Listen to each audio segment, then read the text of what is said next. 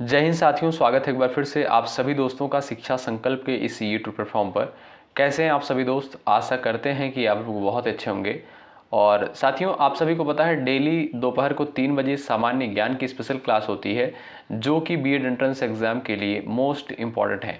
हमने आपसे कहा था कि यदि आप लोग दोपहर को 3 बजे इस क्लास को अटेंड कर रहे हैं, आपको कोई समस्या नहीं होगी। बीएड प्रवेश परीक्षा के लिए जीके जीएस सेगमेंट में जो है आप लोग बहुत ही कंफर्टेबल फील करेंगे।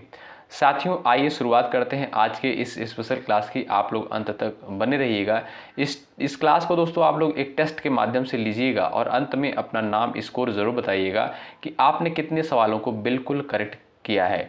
इससे दोस्तों आपका भी कॉन्फिडेंस बढ़ेगा और आप लोग खुद को जान पाएंगे, परख पाएंगे कि आप लोगों की तैयारी कैसी हो रही है। आइए शुरू कर लेते हैं भाई। सवाल नंबर पहला, जो कि बिहार बीएड में पूछा गया है, 2023 या 24 वाले पेपर में ये प्रश्न आया है। जवाब दे दो सभी लोग।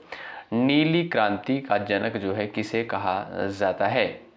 जवाब दो साथियों। ऑप्शन नंबर बी करेक्ट हो जाएगा। हीरालाल चौधरी को जो है नीली क्रांति का जनक कहा जाता है। बी ऑप्शन आपका यहाँ पर बिल्कुल राइट हो जाएगा। साथियों, कभी कभी पूछता है कि नीली क्रांति का संबंध किससे है? आप कहोगे मत्स्य पालन से है। क्या भाई? नीली क्रांति का संबंध जो है मत्स्य पालन से है। साथियों, हीरालाल चौधरी जो है कौन थे? आप सभी को पता होना चाहिए। ये जो है एक भारतीय बंगाली मत्स्य वैज्ञानिक थे। ठीक है, ऑप्शन नंबर इस क्वेश्चन का बी बिल्कुल राइट होगा। अगला सवाल देखो भाई। भारत के प्रथम प्रमुख न्यायाधीश कौन थे? बता दो भाई, सभी लोग आंसर दे दो। इस प्रश्न का राइट आंसर क्या हो जाएगा? जवाब देने का सभी साथी प्रयास करें। चलिए, भारत के प्रथम मुख्य न्यायाधीश जो है कौन थे? साथियों, भारत के प्रमुख और प्रथम न्यायाधीश जो थे, क्या नाम था उनका? Hiralal Jekania. Option number A बिल्कुल राइट हो जाएगा। याद रखिएगा। अच्छा, इनका कार्यकाल दोस्तों कब से कब तक था? 14 अगस्त 1947 से, याद रखिएगा, 14 अगस्त 1947 से 26 जनवरी 1950 तक जो है इनका कार्यकाल था। ठीक है। अच्छा, आपसे एक सवाल मैं पूछता हूं कि वर्तमान समय में सुप्रीम कोर्ट के मुख्य न्यायाधीश कौन है? कमेंट बॉक्स में सभी लोग छापिएगा, बहुत महत्वपूर्ण सवाल है। आइए अगला सवाल देखते हैं। इंटरनेट के संदर्भ में यूआरएल का पूर्ण रूप क्या है? बताओ भाई, बहुत महत्वपूर्ण है। चलिए, इंटरनेट के संदर्भ में यूआरएल का पूर्ण रूप क्या है? प्रयास कर दीजिए सभी दोस्त आंसर देने के लिए। यूआरएल का जो है पूर्ण रूप क्या है? चलिए साथियों, याद रखिएगा, uniform resource locator. Option number D बिल्कुल करेक्ट हो जाएगा। याद रखें, महत्वपूर्ण सवाल है। ठीक है भाई। अच्छा दोस्तों, ये यूआरएल होता क्या है आप सभी को पता होना चाहिए। किसी भी वेबसाइट का लिंक जो है जब आप ब्राउज़र में टाइप करते हो तो उसे दोस्तों यूआरएल बोलते हैं। अच्छा, यूआरएल को दोस्तों सर्वप्रथम जो है टिम बर्नर्स ली ने विकसित किया था। किसके द्वारा? टी बर्नर्स ली के द्वारा जो है यूआरएल सबसे पहले विकसित किया गया था। ठीक, ऑप्शन नंबर डी करेक्ट हो जाएगा। यूनिफॉर्म रिसोर्स लोकेटर पेपर में पूछा गया प्रश्न है। ऐसा सिंगल क्वेश्चन यहाँ पर नहीं लिया गया है जो पेपर में नहीं आया है, इसलिए ये क्लास बहुत महत्वपूर्ण हो जाती है। सवाल नंबर नेक्स्ट, कोंकण नौसैनिक अभ्यास किन दो देशों के बीच आयोजित किया जाता है? बताएं। चलिएगा, सभी लोग आंसर देने का प्रयास करें इस प्रश्न का।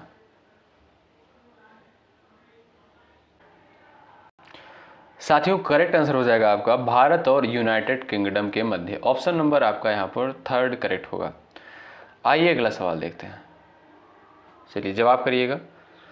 संगई महोत्सव किस राज्य में मनाया जाने वाला सांस्कृतिक उत्सव है? चलो भाई आंसर कर दो। पश्चिम बंगाल, उड़ीसा, मणिपुर, असम। प्रयास करिएगा सभी प्यारे साथी यहाँ पर आंसर देने के लिए। भाई सेशन को सभी लोग लाइक कर दें, आपके लिए बेहतर कंटेंट दिया जा रहा है। आपका कर्तव्य बनता है सेशन को ज़रूर लाइक करें। बार बार आपको से कहना पड़ता है लाइक के लिए, लेकिन आप लोग लाइक कर दो भाई, अपने मन ही से लाइक कर दो। चलो, ऑप्शन नंबर दोस्तों थर्ड यहाँ पर बिल्कुल करेक्ट हो जाएगा। संगई महोत्सव जो है ये कहाँ पर, किस राज्य में मनाया जाता है? मणिपुर में मनाया जाता है। मणिपुर की दोस्तों राजधानी क्या है? इम्फाल है। ठीक है। अच्छा, वर्तमान समय में कितने राज्य हैं? 28 राज्य हैं और 8 जो है केंद्र शासित प्रदेश हैं, ये भी याद रखें। अगला सवाल देखिए, चलिए आंसर करिएगा। फियरलेस गवर्नेंस पुस्तक के राइटर कौन है? चलो भाई आंसर कर दो आप सभी दोस्त। चलिए जवाब देने का प्रयास करें। पेपर में पूछा गया प्रश्न, बिहार बीएड में आया हुआ प्रश्न, आप सभी लोग आंसर कर दो। चलो सभी दोस्त आंसर देने का प्रयास करें।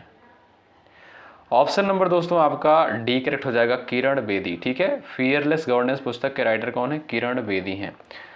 अगला सवाल देखें, किस अभिनेता की आत्मकथा का शीर्षक खुल्लम खुल्ला है?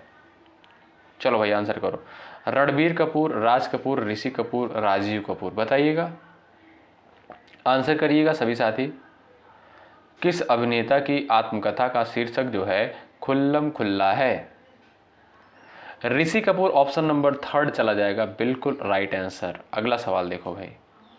चलिए, ज्ञानपीठ पुरस्कार निम्नलिखित में से किस क्षेत्र में उत्कृष्ट योगदान के लिए दिया जाता है?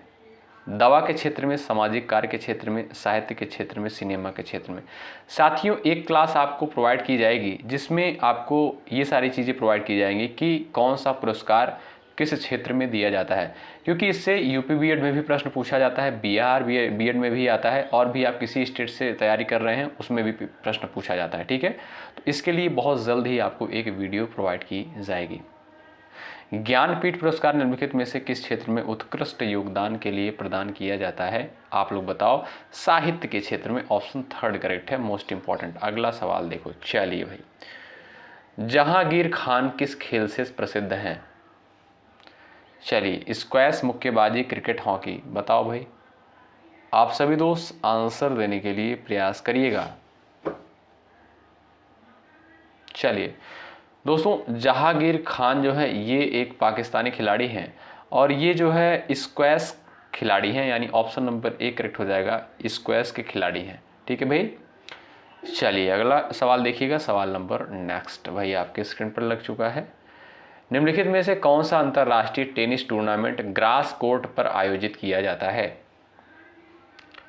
चलो भाई सभी लोग छापो अपना आंसर। चलिए भाई सभी दोस्त आंसर देने का प्रयास करें। निम्नलिखित में से कौन सा जो है अंतर्राष्ट्रीय टेनिस टूर्नामेंट ग्रास कोर्ट पर आयोजित किया जाता है? यानी दोस्तों आप कह सकते हो घास के कोर्ट पर जो है आयोजित किया जाता है, विंबलडन। ऑप्शन नंबर आपका यहाँ पर दोस्तों डी बिल्कुल करेक्ट हो जाएगा। दोस्तों याद रखिएगा, विंबलडन जो है एकमात्र ग्रैंड स्लैम टेनिस टूर्नामेंट है जो घास के कोर्ट पर आयोजित किया जाता है। डी ऑप्शन आपका राइट है। सवाल नंबर नेक्स्ट, चिकनगुनिया का कारण क्या है? चलो भाई बता दो, सभी लोग आंसर कर दो। गैर क्लोरोफिल जीवाणु, निमोटेड वायरस, और यहाँ पर दिया वायरस आपका, इनमें से कोई नहीं। बताओ चिकनगुनिया का कारण क्या है? सभी लोग आंसर दे दो भाई। चलो तो साथियों ध्यान रखिएगा, वायरस के कारण होता है चिकनगुनिया। ऑप्शन थर्ड बिल्कुल करेक्ट हो जाएगा। साथियों याद रखें, चिकनगुनिया जो है मच्छरों के काटने से होने वाला जो है एक वायरल संक्रामक बीमारी होती है। ठीक है, जो संक्रमित मच्छरों द्वारा मनुष्यों में फैलती है। ऑप्शन थर्ड करेक्ट है। अगला सवाल देखिए भाई। चलिए, किडनी की मूल कार्यात्मक इकाई क्या है? बताओ। चलो, किडनी की मूल कार्यात्मक इकाई क्या है? हैनल का पाश, नेफ्रॉन, नेफ्रिडियम, पिरामिड, बताओ। सभी लोग आंसर देने का प्रयास करें। प्रश्न पूछा गया है, ये प्रश्न आया है बिहार बीएड में। किडनी की मूल कार्यात्मक इकाई जो है क्या है? नेफ्रॉन। ऑप्शन नंबर बी बिल्कुल राइट है। अगला सवाल देखें, 20 अगस्त को किस रूप में मनाया जाता है? पृथ्वी दिवस, सद्भावना दिवस, नो टोबैको डे, इनमें से कोई नहीं। बताओ भाई। चलो सभी लोग भाई स्पीड के साथ थोड़ा आंसर करो, जिससे हम लोग थोड़ा स्पीड के साथ चल सकें। 20 अगस्त को जो है किस रूप में मनाया जाता है? सद्भावना दिवस के रूप में। बी ऑप्शन चला जाएगा राइट। अगला सवाल देख लेते हैं भाई। चलिए, दक्षिण भारत की बोली जाने वाली साहित्यिक भाषाओं में सबसे पुरानी कौन सी है? चलो, कन्नड़, मलयालम और तेलुगु, तमिल भाषा, 4 ऑप्शन यहाँ पर आपके सामने दिए गए हैं, बताएं। चलिए बताओ भाई, दक्षिण भारत की बोले जाने वाली साहित्यिक भाषाओं में सबसे पुरानी भाषा जो है कौन सी है? कन्नड़, मलयालम, तेलुगु और Tamil. Option number D correct हो जाएगा। तमिल भाषा दोस्तों दक्षिण भारत की जो है सबसे जो है कह सकते हो पुरानी साहित्यिक भाषा है। अगला सवाल देखो भाई, साहित्य में नोबेल पुरस्कार पाने वाले पहले भारतीय कौन थे? चलो प्रयास करिएगा, सभी का आंसर आना चाहिए। साथियों याद रखें ऑप्शन नंबर सी करेक्ट हो जाएगा, रविंद्रनाथ टैगोर। 1913 में दोस्तों इन्हें जो है नोबेल प्राइज़ मिला था, 1913 में साहित्य के क्षेत्र में। अच्छा, इनकी किस रचना के लिए? गीतांजलि के लिए। किसके लिए? गीतांजलि के जो है इन्हें, गीतांजलि के लिए जो है इन्हें नोबेल पुरस्कार दिया गया था 1913 में। अगला सवाल देखो भाई, व्यवस्था विश्लेषण उपागम किसने प्रतिपादित किया?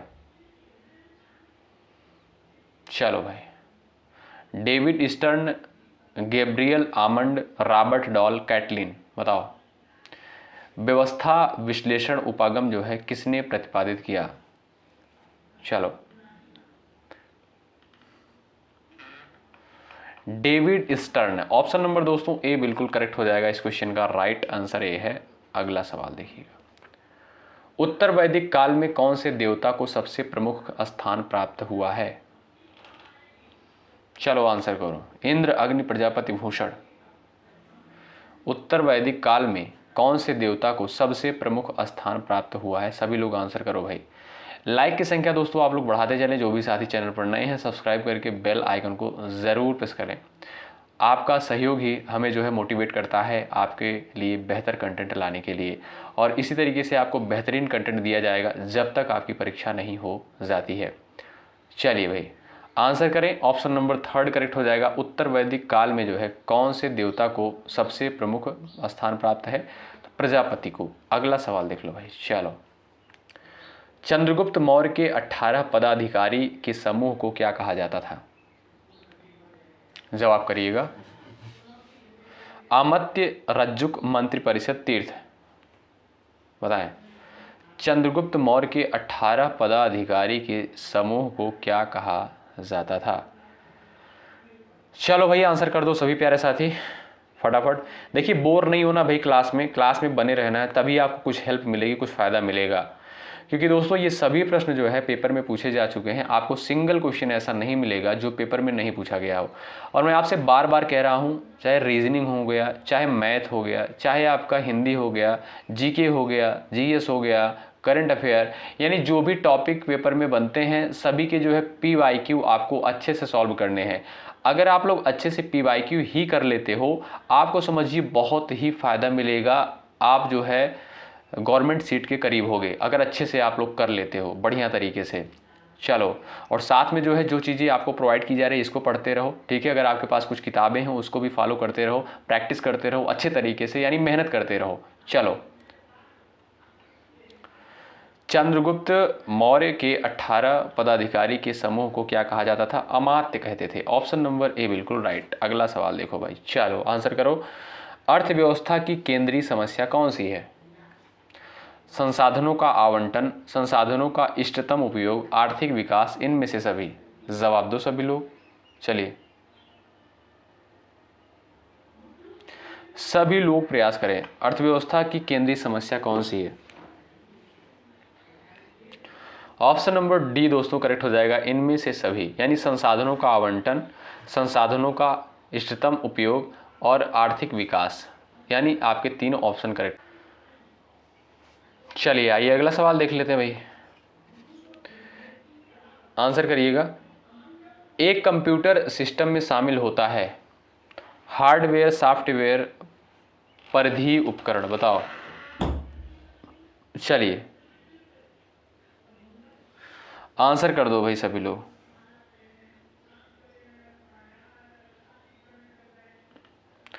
एक कंप्यूटर सिस्टम में जो है शामिल होता है हार्डवेयर भी, सॉफ्टवेयर भी, परिधीय उपकरण भी, यानी डी ऑप्शन आपका करेक्ट है, इनमें से सभी। अगला सवाल देखिएगा, साथियों आप लोग देखोगे पेपर में जिन जैसे 4 ऑप्शंस दिए रहते हैं, जिन क्वेश्चन में जो है इनमें से सभी ऑप्शन दिया रहता है, लगभग 99% चांस रहता है, 99.99% चांस रहता है कि जो 4 ऑप्शन इनमें से सभी दिया रहता है वही सही होता है। ठीक है, आपको जो है लगभग अगर तुक्का लगाना है तो मेरी समझ से ऑप्शन नंबर डी पर लगाना, जिसमें इनमें से सभी दिया गया है। अगर आपको क्वेश्चन नहीं आ रहा है तब के लिए मैं बता रहा हूं। ठीक है, चलो 21 नंबर के क्वेश्चन का आंसर करो। कंप्यूटर में प्रयुक्त होने वाली आईसी चिप किसकी बनी होती है? बताओ भाई, आईसी चिप जो है किसकी बनी होती है? इंटीग्रेटेड सर्किट चिप, ये दोस्तों सिलिकॉन की बनी होती है। ठीक है, बी ऑप्शन करेक्ट। अगला सवाल देखो भाई, कंप्यूटर की गति किसमें मापी जाती है? चलो सभी लोग छापो आंसर भाई। कंप्यूटर की गति जो है किसमें मापी जाती है? महत्वपूर्ण सवाल है।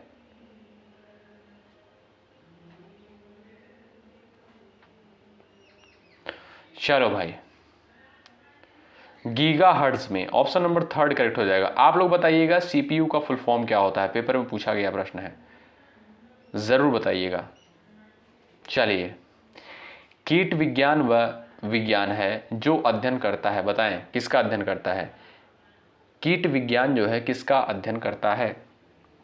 मनुष्य के व्यवहार का, कीड़ों का, तकनीकी और वैज्ञानिक शर्तों की उत्पत्ति का, इतिहास का, चट्टानों के गठन का। चलिए,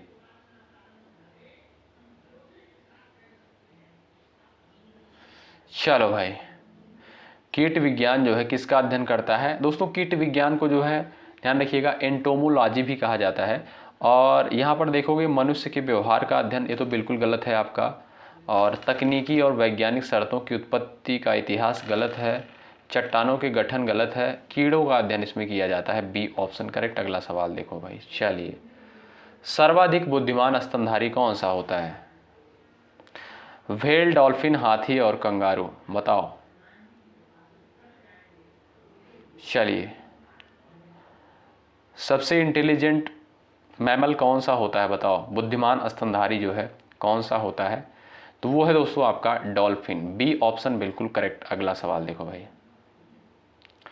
सवाल नंबर नेक्स्ट है, जब सोडा वाटर की एक बोतल खोली जाती है तो कार्बन डाइऑक्साइड निकल जाती है, जिससे एक सीटी उत्पन्न होती है, इसका कारण क्या है? चलिए प्रयास करिएगा।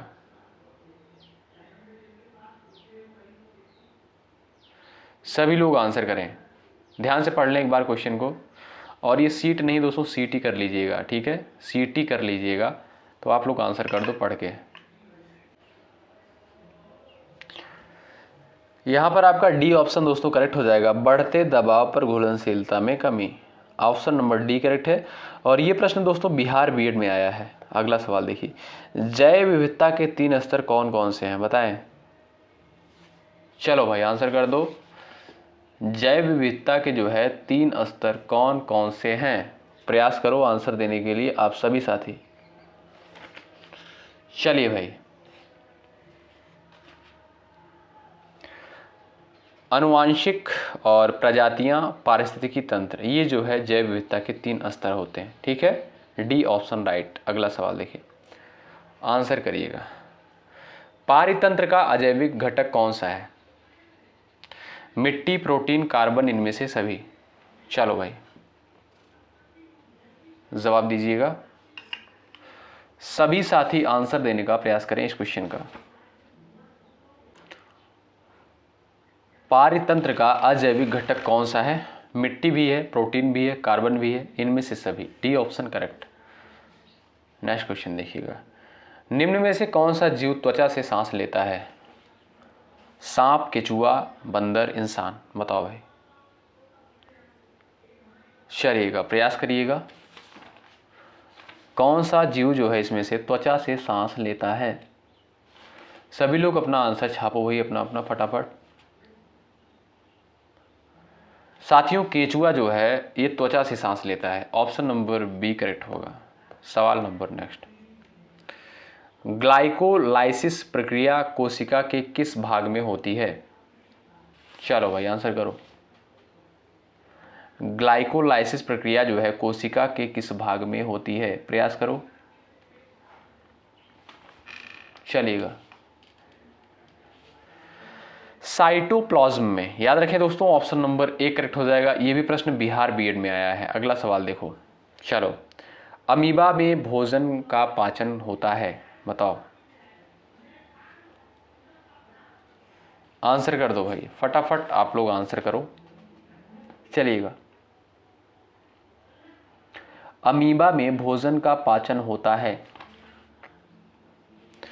भोजन रसधानी में। ऑप्शन नंबर दोस्तों ए करेक्ट है।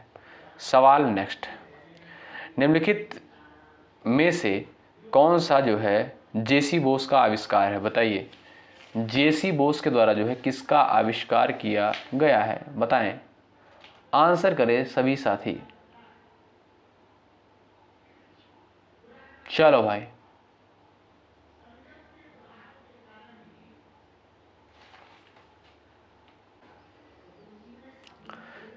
अल्ट्रा शॉर्ट रेडियो तरंगे। ऑप्शन नंबर डी दोस्तों करेक्ट। अगला सवाल देखो, परमाणु कक्षकों में इलेक्ट्रॉनों के वितरण को क्या कहा जाता है? बताओ, परमाणु कक्षकों में इलेक्ट्रॉनों के वितरण को क्या कहा जाता है? सभी दोस्त बताओ। चलिएगा,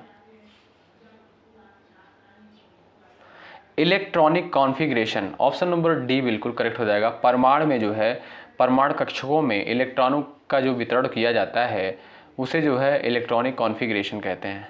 सवाल नेक्स्ट, किस प्रकार का तत्व जो है ऊष्मा और विद्युत का कुचालक होता है? चलो बताओ भाई, धातु, गैर धातु, गैस, इनमें से कोई नहीं। जवाब दें, किस प्रकार का जो है तत्व ऊष्मा और विद्युत का जो है कुचालक होता है? चलिए,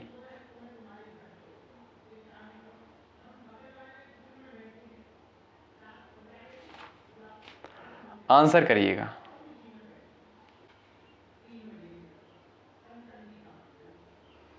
ऑप्शन नंबर दोस्तों यहां पर जो है बी करेक्ट हो जाएगा, गैर धातु, यानी आप कह सकते हो नॉन मेटल। अगला सवाल देखो भाई। चलिए, कौन सा नियम सूर्य के चारों ओर ग्रहों की कक्षाओं का वर्णन करता है? चलिए, आंसर करिएगा। कौन सा नियम जो है सूर्य के चारों ओर ग्रह की गति की कक्षाओं का वर्णन करता है? तो वो केपलर का नियम है। ऑप्शन नंबर थर्ड करेक्ट है।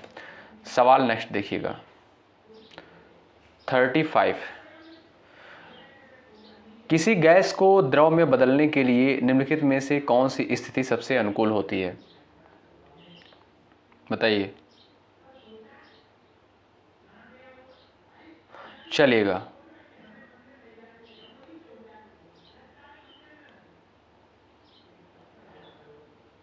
किसी गैस को द्रव में बदलने के लिए निम्नलिखित में से कौन सी स्थिति जो है सबसे अनुकूल होती है?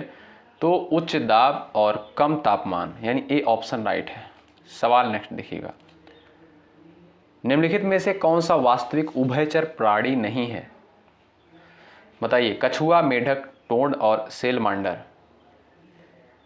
चलिए भाई, वास्तविक उभयचर प्राणी जो है नहीं है।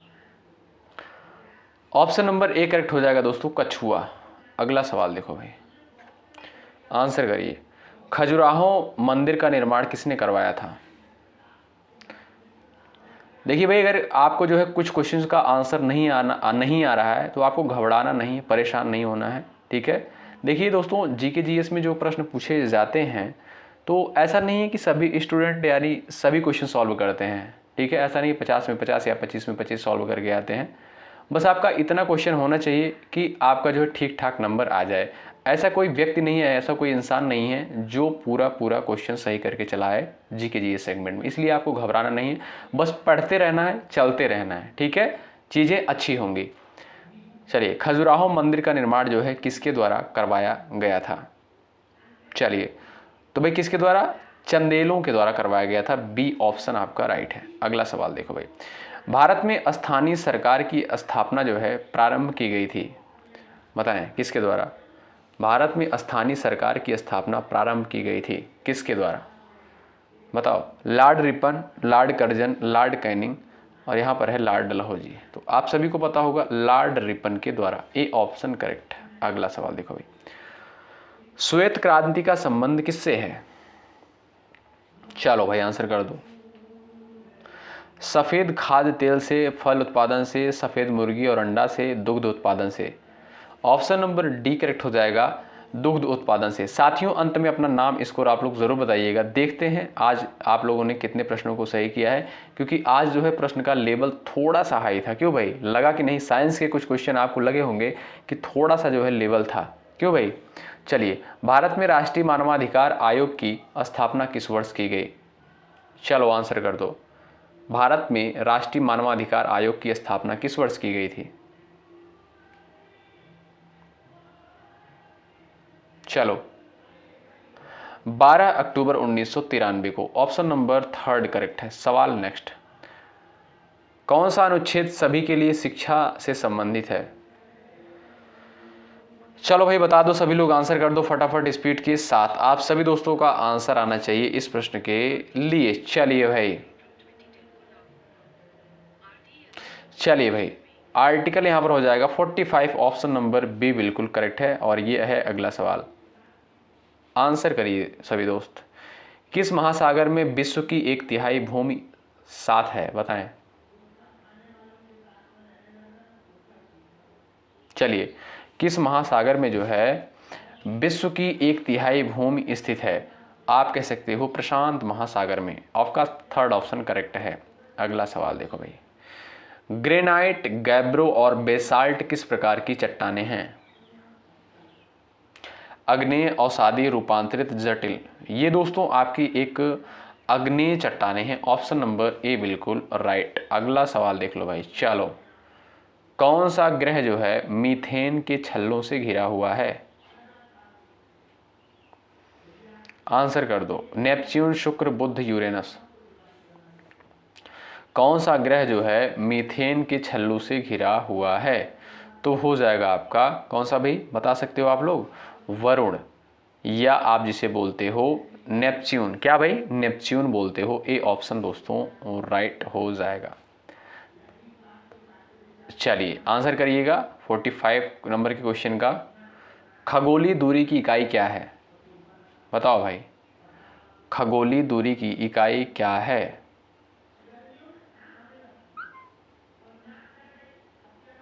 चलो आंसर कर दो। खगोलीय दूरी की इकाई जो है क्या है? बताओ, आंसर करो भाई।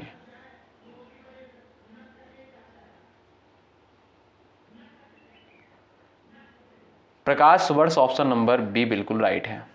सवाल नंबर नेक्स्ट, आहार में नमक का उपयोग है, बताइएगा।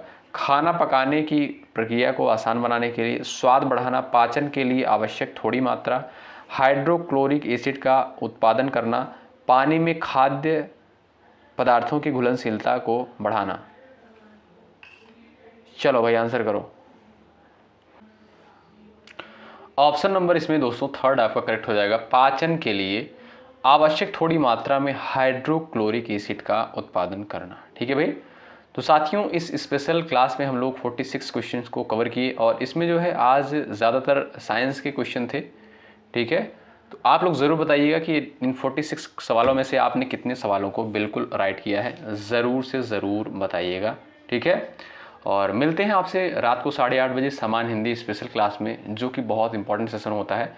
उसमें जो है आप लोग जुड़ना बिल्कुल मत भूलिएगा, बहुत महत्वपूर्ण सेशन होता है। ठीक है भाई, चलिए मिलते हैं आपसे नेक्स्ट क्लास में। तब तक के लिए बाय बाय, टेक केयर, जय हिंद, जय भारत।